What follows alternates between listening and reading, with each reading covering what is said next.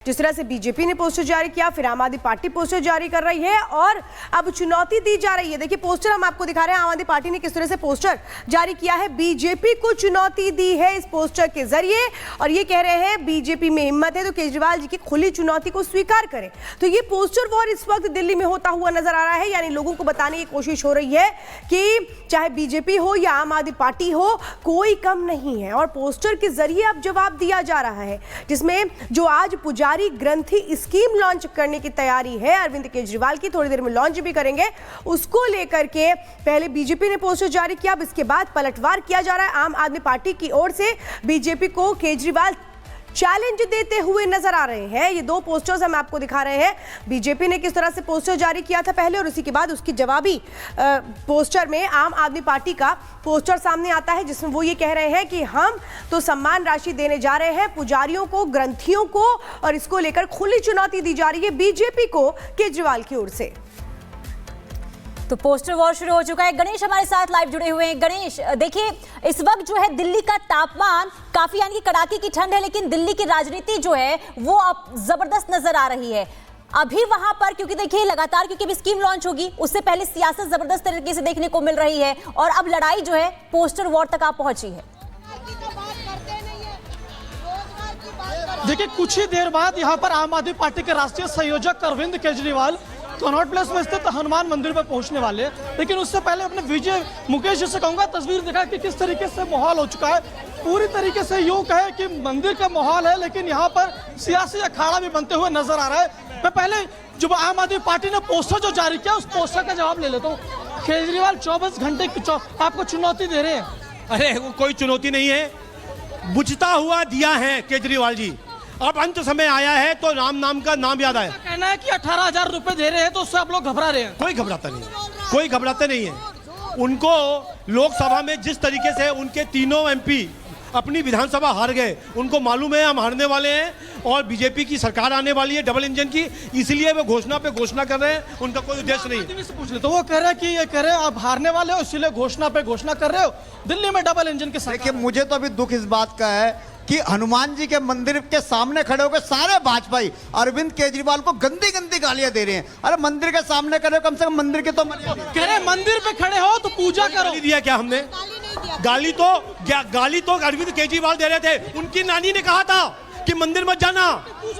ये देखो मैंने क्या कहा है? अरे अरविंद केजरीवाल को गाली देने से काम नहीं चलेगा। हनुमान जी देख रहे हैं, भगवान श्री राम देख रहे हैं, भगवान के काम में जो भी रुकावट डालेगा उसे पाप का भागी। भगवान के काम में रुकावट डाल रहे हैं। भगवान का काम नहीं है पुजारी ये कह रहे हैं पुजारी जो है भगवान पूजा कराते हैं, आप काम में रुकावट। 10 साल बाद याद आई भगवान की तभी याद आती है जब अंत समय आता है। इनका समय आता है 10 साल। भाई इनसे ये पूछ लो कि अरविंद केजरीवाल जी जो पुजारी ग्रंथि योजना में 18,000 रुपए दे रहे हैं उसके साथ है खिलाफ है? ये पूछ लो। साथ है, पुजारी के खिलाफ है। हमारी सरकार भी आएगी, फिर यहाँ पे विरोध भैया ये इनको पागल बनाने का, पब्लिक को बनाने का। अरे रुकिए पुजारी को कह रहे हैं। अरे मैं वही तो कह रहा हूँ, इनके ये अरविंद केजरीवाल को गाली देते देते अब पुजारियों को गाली दे रहे हैं। भैया इनको तो कुछ भी समझ में आएगा।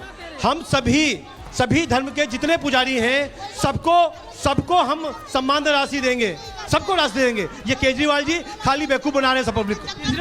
अरे 20 राज्यों में इनकी सरकार है, पूछ लो किसी राज्य में। 20 राज्यों में समस्ती जी सरकार है। 20 राज्यों में लगभग हजारों मंदिरों में पुजारियों को पैसा दिया जाता है। 18 हाँ सुन तो जवाब दे रहा हूँ।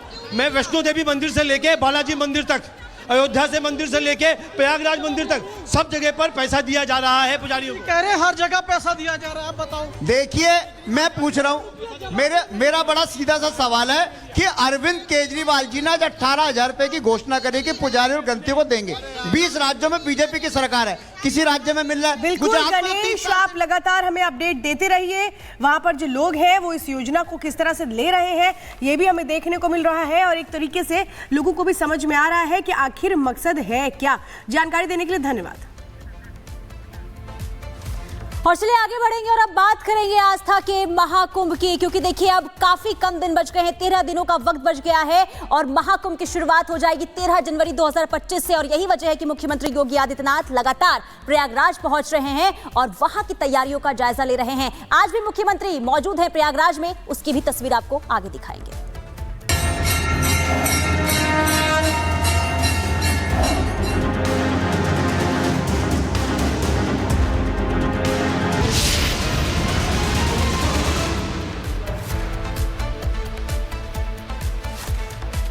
देखिए तस्वीरें इस वक्त देख रहे हैं मुख्यमंत्री योगी आदित्यनाथ जो लगातार जायजा ले रहे हैं कुंभ का। 13 जनवरी से महाकुंभ की शुरुआत हो रही है। 12 साल में महाकुंभ आता है और महाकुंभ इस बार ना सिर्फ भव्य है बल्कि उसकी तैयारियां भी बहुत अलग है। इसके पहले जब 12 साल पहले 2013 में महाकुंभ हुआ था, इस बार का जो महाकुंभ है वो बहुत अलग है। बाकायदा जो महाकुंभ क्षेत्र है उसको ही एक अलग जिला बना दिया गया है। तमाम तैयारियों को देखते हुए योगी आदित्यनाथ हर दिन अधिकारियों के साथ मीटिंग हो रही है। कितनी तैयारियां हो चुकी हैं, कहां कौन सा काम बाकी है, इसको लेकर के खुद निरीक्षण किया जा रहा है योगी आदित्यनाथ की ओर से। क्योंकि महाकुंभ जहां पर सिर्फ देश ही नहीं बल्कि विदेशों से भी लोग पहुंचते हैं आस्था की डुबकी लगाने के लिए। 5 शाही स्नान है। शाही स्नान मुख्य तौर पर अहम होते हैं। उस दौरान जो व्यवस्थाएं हैं वो चुनौतीपूर्ण होती हैं क्योंकि एक के बाद एक जो 13 अखाड़े हैं वो स्नान करते हैं और वहां पर जो व्यवस्थाएं हैं वो सुनिश्चित रहे, वो वहां पर कोई भी समस्या ना आए। ये एक और भी बड़ा काम प्रशासन के लिए होता है, इसलिए हर एक तैयारियों को खुद योगी आदित्यनाथ देख रहे हैं। सीएम योगी आदित्यनाथ जो प्रयागराज के दौरे पर है, बायो सीएनजी प्लांट का वो इस वक्त निरीक्षण भी कर रहे हैं। बाकायदा एक मॉडल वहां पर है कि जो प्रयागराज में कुंभ है वो जब पूरी तरह से जो कुंभ हर एक वहां पर चाहे डोम सिटी हो या तमाम वो चीजें हो जो नए तरह से इस बार लगाई जा रही हैं, उसको लेकर के जो तैयारियां हैं वो पूरी हो रही हैं।